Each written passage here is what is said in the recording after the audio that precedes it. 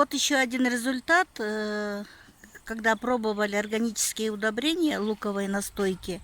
Смотрите, кукуруза какая красивая, темно-зеленая, и рост очень довольно высокий, как должно быть.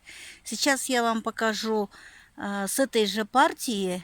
Рассада была посажена в другом месте, но в моем же огороде, но просто я не успела и делала эксперимент на удобрение. И вот смотрите, сантиметров всего лишь 60, она светло-желтая.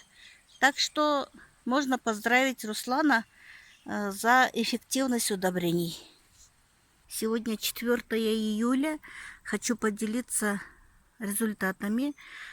Опрыскивала луковой настойкой, взятой у Руслана. В принципе, результаты сами видите налицо. Помидоры полностью поднялись и довольно, как говорится, без еще подпорки. Я, в принципе, как начинающий садовод, дачник, довольна этими результатами, да, так что пользуйтесь органическими удобрениями.